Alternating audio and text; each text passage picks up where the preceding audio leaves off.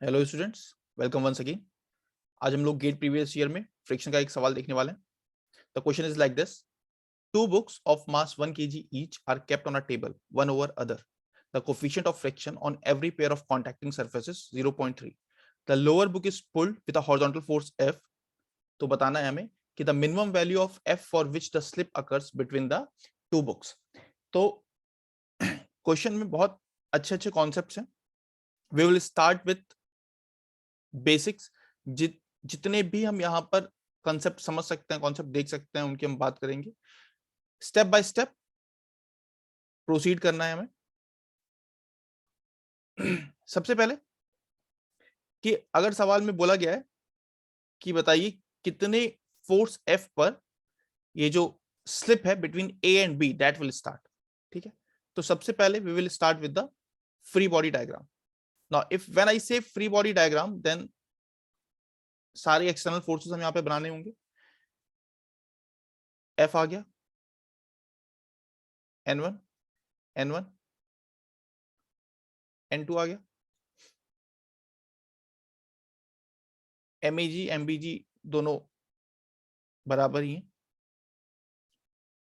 तो ये बात हो गई आपकी नॉर्मल रिएक्शन, ग्रेविटेशनल फोर्स और जो एक्सटर्नल हॉरिजॉन्टल फोर्स आपका लग रहा है उसकी। बात आती है फ्रिक्शन की। तो जब भी फ्रिक्शन का डायरेक्शन ऐसे डिसाइड करना हो, अगर एक बॉडी है, एक बॉडी के ऊपर स्लिप कर रही है, तो वहां पर बहुत सिंपल होता है फ्रिक्शन का डायरेक्शन डिसाइड करना। बट अगर इस तरीके का केस हो कि जहां पर दो बॉडीज हैं, तीन बॉडीज हैं और किसी एक बॉडी पे फोर्स लग रहा है, तो in between those two bodies और दोज थ्री बॉडीज फ्रिक्शन किस किस डायरेक्शन में होगा। ठीक है, in order to decide that the first step we should be doing is कि हमें मानना होगा कि सारे के सारे सर्फेसेस फ्रिक्शनलेस हैं। जैसे कि अगर मैं मान लूं यहाँ पर कि ए और बी के बीच में कोई फ्रिक्शन नहीं है, बी और सरफेस के बीच में कोई फ्रिक्शन नहीं है, तो हम कह सकते हैं कि because of this external force F the B will be moving towards right.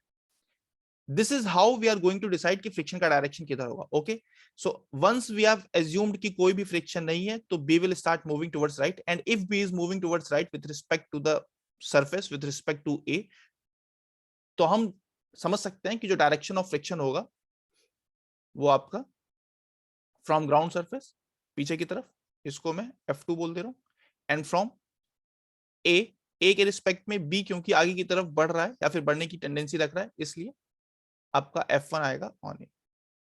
तो एफ फ्रिक्शन का direction on A will be towards right in the direction of external force. F1 का डायरेक्शन, फ्रिक्शन का direction on B will be towards left opposite to the external force. ठीक है, तो यहां पर ये हमारा फ्री बॉडी डायग्राम कंप्लीट हुआ। Now if I will ask from you कि इन ऑर्डर टू नो कि ए और बी के बीच में स्लिप कब शुरू होगा,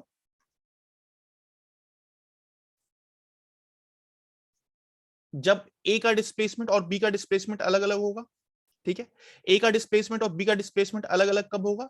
जब ए की वेलोसिटी किसी पॉइंट पर बी की वेलोसिटी से डिफरेंट हो जाएगी।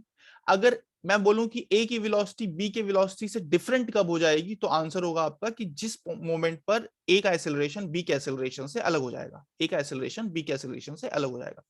अब यहां पर यह बात समझ में आ रही है कि यहां पर जो हीरो है वो कौन है? वो है एक्सेलरेशन आपका। जब तक एसिलरेशन, दोनों बॉडीज का एसिलरेशन सेम रहेगा, जब तक दोनों बॉडीज का ए और बी का एसिलरेशन सेम रहेगा, तब तक दोनों के बीच में कोई स्लिप नहीं आने वाली। ठीक, अगर एसिलरेशन 0 है तो स्लिप नहीं है, अगर एसिलरेशन दोनों का 1 यूनिट है तो स्लिप नहीं, अगर एसिलरेशन दोनों का सेम अमाउंट से बढ़ रहा है तो कोई स्लिप नहीं आने वाली। बात आती है कि एसिलरेशन का कॉज कौन होता है? तो एसिलरेशन का कॉज होता है फोर्स। एसिलरेशन का कॉज कौन होता है? एसिलरेशन का कॉज होता है force. And if I will ask from you that who is responsible for the acceleration of body B, who is responsible for the acceleration of body B, तो आपका answer होगा it will be the resultant of external force F1 and F2.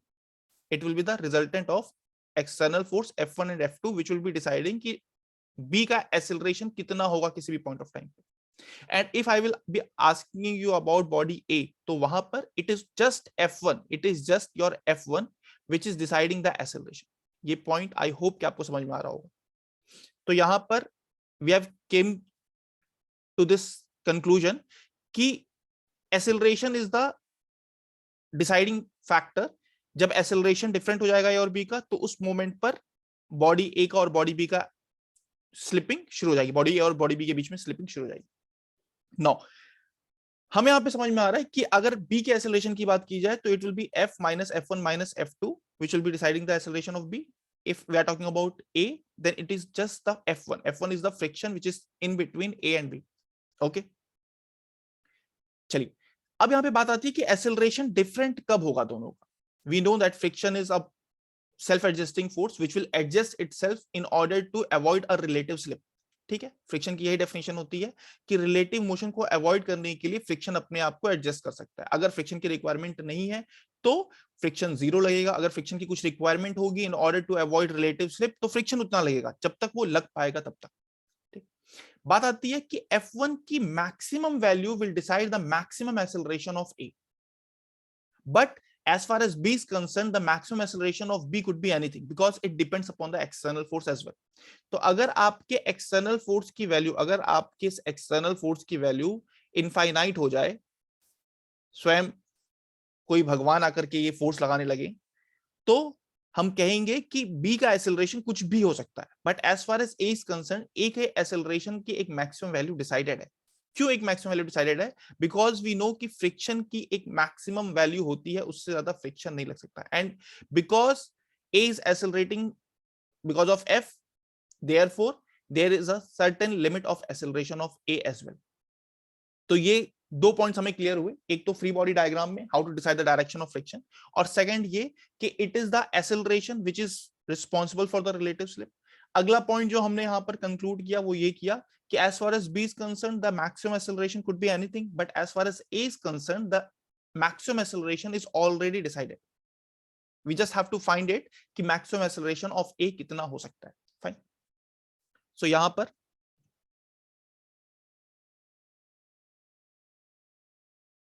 F1, right? I don't know F1. I do know the value of F1 max. F1 max means mu times of N1. इस FBD को आप solve करेंगे तो N1 की जो value आएगी वो आएगी आपकी mg के बराबर. मास आपका 1 kg है तो ये mg के बराबर हो जाएगी. तो F1 मैक्सिमम की जो वैल्यू आई वो आई आपकी 0.3 इंटू 9.81,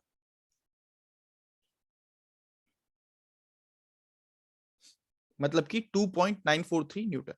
2.943 न्यूटन. वंस अगेन यहां पर एक छोटा सा कॉन्सेप्ट है, बट आई होप कि आप सबको ये पता होगा कि स्टैटिक फ्रिक्शन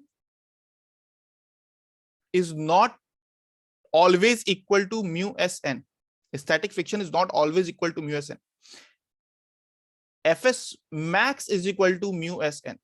जो एफ एस हो सकता है वो कुछ भी हो सकता है in between 0 to mu S N, but it is the maximum value of static friction which is always equal to mu S N. It is not mandatory कि लग रहा है या नहीं लग रहा, बट द पॉइंट इज कि F S max की वैल्यू होती है mu S N. Static friction की वैल्यू जरूरी नहीं है कि म्यू एस एन ही हो. That we have to see कि whether it is required over there और not. Fine. So F1 max हमने पता किया कि F1 जो A और B के बीच में मैक्सिमम फ्रिक्शन लग सकता है वो कितना लग सकता है, 2.943. तो यहां से मैं कह सकता हूं कि जो मैक्सिमम एक्सेलरेशन हो सकता है, मैक्सिमम एक्सेलरेशन हो सकता है ऑफ A, मैक्सिमम एक्सेलरेशन हो सकता है of A that will be equal to 2.943 metre per second square. I hope ये चीज समझ में आ रही होगी, क्योंकि मास की वैल्यू आपकी 1 kg के ही बराबर है, तो वहां से maximum acceleration of A is 2.943 metre per second square. यहां से ये समझ में आता है कि जब एफ की वैल्यू 0 थी तो देयर वाज नो फ्रिक्शन. जब एफ की वैल्यू बढ़नी शुरू हुई तो F1 या फिर F2 बढ़ना शुरू हुआ होगा. एक टाइम ऐसा आया होगा जब ए और बी दोनों साथ में मूव करने लगे होंगे. उसके बाद फिर एक टाइम ऐसा आया होगा जब बी का एक्सेलरेशन ए के एक्सेलरेशन से डिफरेंट हो गया होगा. बट अगर यहां पे पूछा जाए कि maximum acceleration with which both A and be moved together, तो उसका आंसर होगा आपका 2.943 मीटर पर सेकंड स्क्वायर. क्यों? क्योंकि हमें पता है कि नेक्स्ट मोमेंट पर जब आप एफ की वैल्यू को बढ़ा देंगे तो ए का एक्सेलरेशन 2.943 मीटर पर सेकंड स्क्वायर ही रह जाएगा, बट बी का एक्सेलरेशन जो है वो आपका बढ़ जाएगा फ्रॉम दैट ऑफ 2.943. ठीक है, तो यहां पर we can consider, because this is the limiting situation, so we can consider कि बॉडी जो है, body A plus body B as a single system This is the limiting situation at which A and B are accelerating together. तो यहां पर आप कह सकते हैं F minus F2 is equal to M1 plus M2 into acceleration. यहां से आप बोलेंगे कि F की जो वैल्यू है, F2 जो है वो भी अपने मैक्सिमम को लग ही रहा होगा, mu times of N2 plus 2A. N2 जो हो जाएगा वो आपका N1 प्लस M2G हो जाएगा,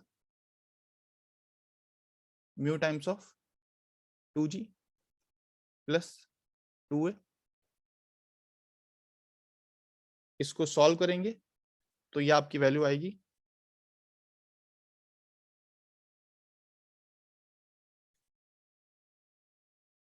11.77 न्यूटन. तो क्वेश्चन सिर्फ इतना ही है, बट अगर यहाँ पे कॉन्सेप्ट और कॉन्सेप्ट हम डिटेल में पता करें तो अगला पार्ट बन सकता है क्वेश्चन का. देखिए इधर,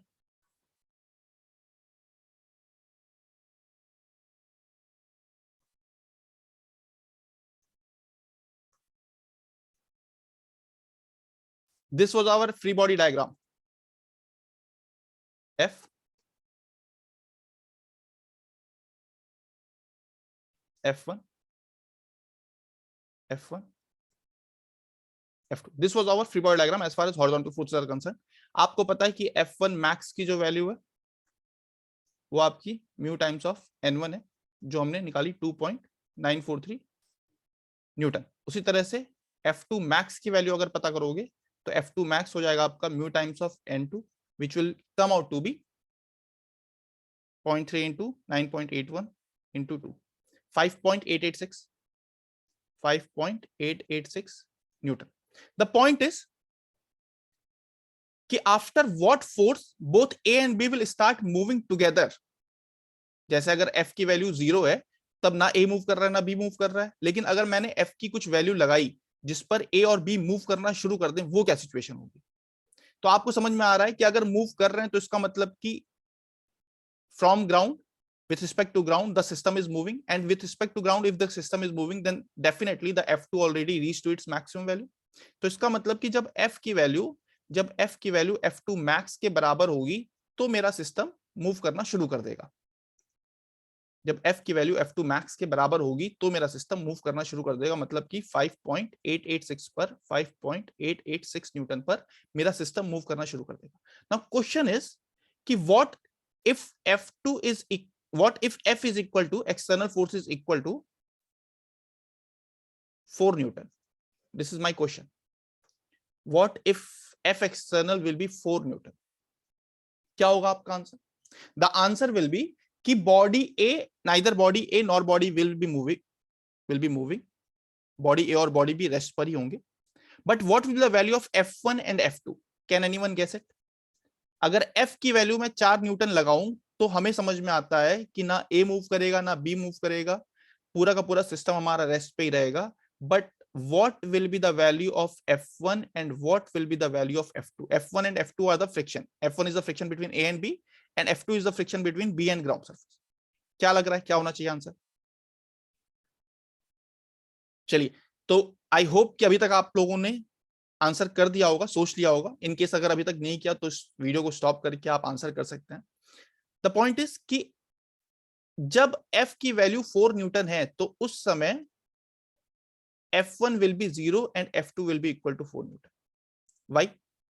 Let's say कि we have considered कि F1 is also equal to 2 Newton and F2 is also equal to 2 Newton. मान लेते हैं कि F1 और F2 दोनों 2-2 न्यूटन के बराबर है. ठीक है, मान लेते हैं कि F1 और F2 दोनों 2-2 न्यूटन के बराबर है. अगर F1 2 न्यूटन के बराबर है, F2 2 न्यूटन के बराबर है और F 4 न्यूटन के बराबर, तो इसका मतलब कि B आपका रेस्ट पर है. और ठीक है, B रेस्ट पर रहना भी चाहिए था. हमें पता है कि अभी जो F है वो F2 max को एक्सीड नहीं किया है, सिस्टम हमारा इक्विलिब्रियम में ही रहेगा. But the point is कि if we will go to the free body diagram of A, then at that time what will happen कि A के ऊपर एक net force लग रही है towards right, which is equal to 2 Newton. अगर मैंने दोनों को 2-2 न्यूटन मान लिया होता तो उस केस में बी तो मेरा इक्विलिब्रियम में रह जाता, लेकिन ए इक्विलिब्रियम में नहीं रहता। तो ऐसा होता कि आप फोर्स लगा रहे हैं बॉडी बी पर, एंड सडनली व्हाट हैपेंड कि बॉडी बी तो रुकी है, बट बॉडी ए कूद के आगे बढ़ने लगी, कूद के आगे भागने लगी। तो that will be something which will not be acceptable bye anyone, है ना। अगर आपने इसको देखा अपनी आंखों से तो पॉसिबल ही नहीं है कि आप आगे फिर कुछ और देख पाए, ठीक है। तो अगर ए और बी इस तरीके से रखे हुए हैं और बी के ऊपर फोर्स लग रही है तो दो ही पॉसिबिलिटी है, या तो कोई मूव नहीं करेगा, या तो बी मूव करेगा ए के साथ, या तो फिर बी मूव करेगा ए के डिफरेंट एसिलेशन। अगर एफ की बहुत ज्यादा वैल्यू हमने लगा दी तो हो सकता है कि बी का एसिलेशन अलग हो जाए, ए का एसिलेशन अलग हो जाए, बट ऐसा कभी नहीं हो सकता। कुछ भी केस हो सकता है बट ऐसा कभी नहीं हो सकता कि बी नहीं मूव कर रहा हो और ए सडनली मूव करने लगा, इसकी पॉसिबिलिटी नहीं है। तो जब तक एफ की वैल्यू F2 मैक्स को एक्सीड नहीं कर जाती तब तक आपका जो फोर्स आ रहा है, फ्रिक्शन फोर्स आ रहा है between A and B, that should be zero. Fine. तो हमें समझ में आता है कि up till 5.88 newton, from 0 to 5.88 Newton,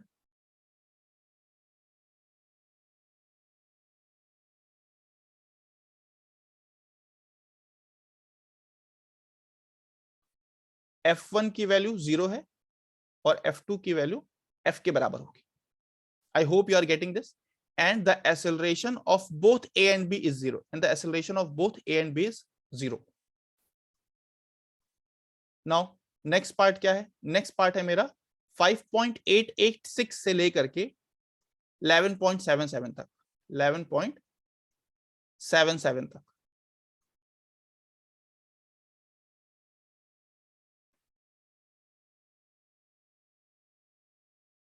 ठीक है, यहां पर आपका जो F2 है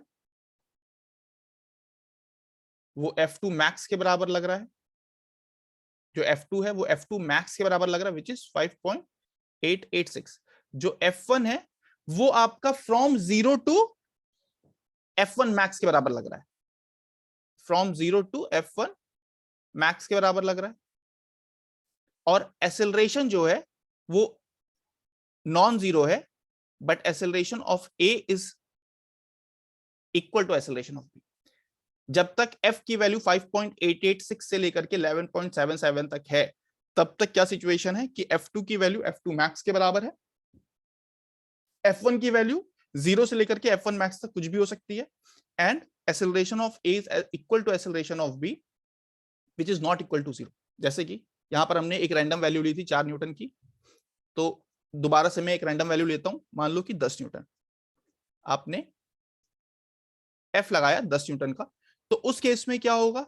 उस केस में वी नो कि the acceleration of A and B will be same. तो चाहे तो ए और बी को सेपरेटली आप लेकर के सॉल्व कर सकते हैं, या फिर आप ए और बी को एक सिंगल सिस्टम की तरह कंसीडर करके भी सॉल्व कर सकते हैं कि what will the acceleration of both the bodies. ठीक है, तो यहां पर हम लिख सकते हैं because the acceleration of both the A and B are same, तो हम मान सकते हैं कि ये हमारा एक सिस्टम है। So F minus 5.886 is equal to mass into acceleration. हमने F बोला 10 न्यूटन, तो 10 minus 5.886 is equal to 2 into ए।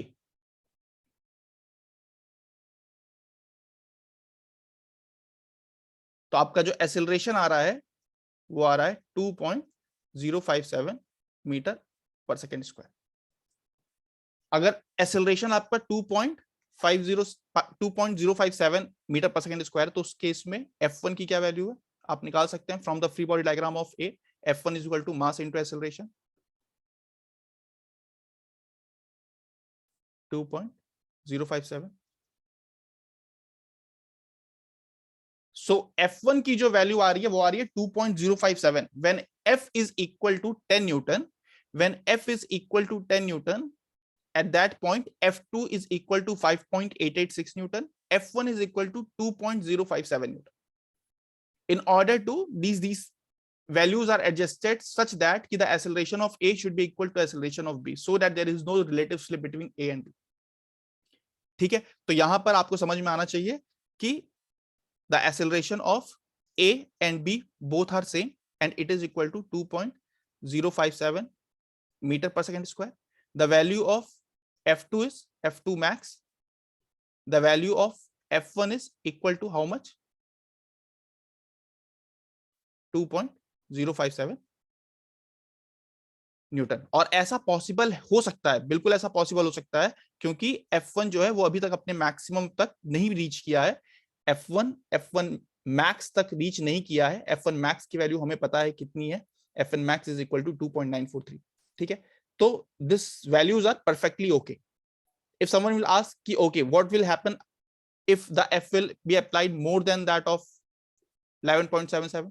मान लेते हैं कि F की जो वैल्यू है वो आपकी 15 न्यूटन लग रही है. ठीक है, आपने सडनली 15 न्यूटन का फोर्स लगाया, तो उस केस में क्या होता? उस केस में हमें समझ में आता कि definitely there is slip between A and B, and therefore the acceleration of both A and B is not same, and therefore we cannot consider A and B into our system. ठीक है, दोनों को एक साथ अपने system में हम consider नहीं कर सकते, तो हमें यहां पर दोनों ही FBDs को देखना होता.